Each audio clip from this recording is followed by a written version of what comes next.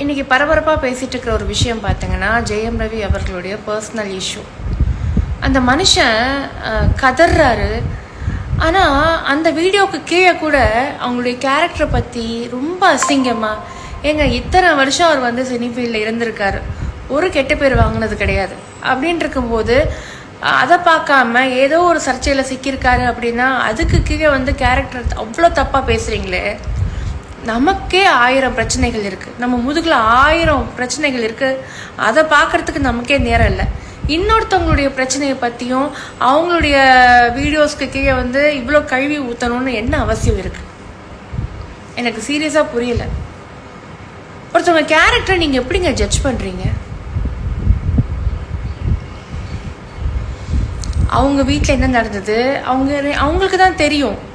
நம்ம போய் அங்கே போய் நின்று பார்த்துடல அப்படின்னு இருக்கும்போது இதுதான் நடந்துச்சு இப்படி தான் நடந்துச்சுன்னு நீங்கள் யாருங்க டிசைட் பண்ணுறதுக்கு?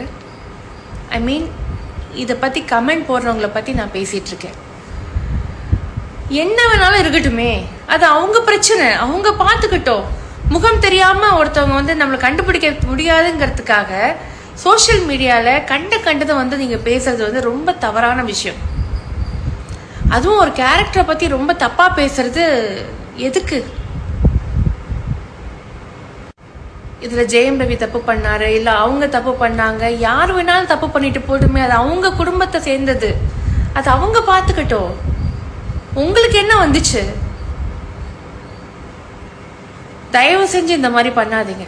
ஒருத்தவங்க மனசு ரொம்ப குமரிட்டு இருக்கும்போது மேற்கொண்டு எரியிற விளக்குல எண்ணெயை ஊத்துற மாதிரி ஒரு விஷயம் பண்ணாதீங்க ப்ளீஸ்.